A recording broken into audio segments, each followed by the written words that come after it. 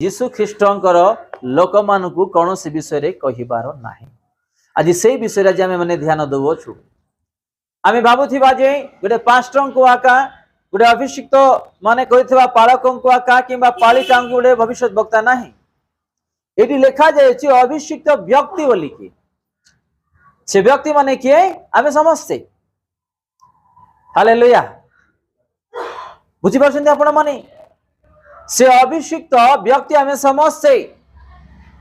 आज के प्रभु विषय कोटी बाटर भेटला बेलू कहते कि छोट गोटे पत्रिका दौरान कि प्रभु गायकी गीत गायकी आराधना कर बुलूं कि बजे की बुलूं कि गाँ गाँव में प्रभुंर प्रचार करुँच कि दुखी लोक कौन से दुखी परिवार पाई के प्रार्थना करुँच सब भी व्यक्ति आसे प्रभुंर मनोनीत व्यक्ति।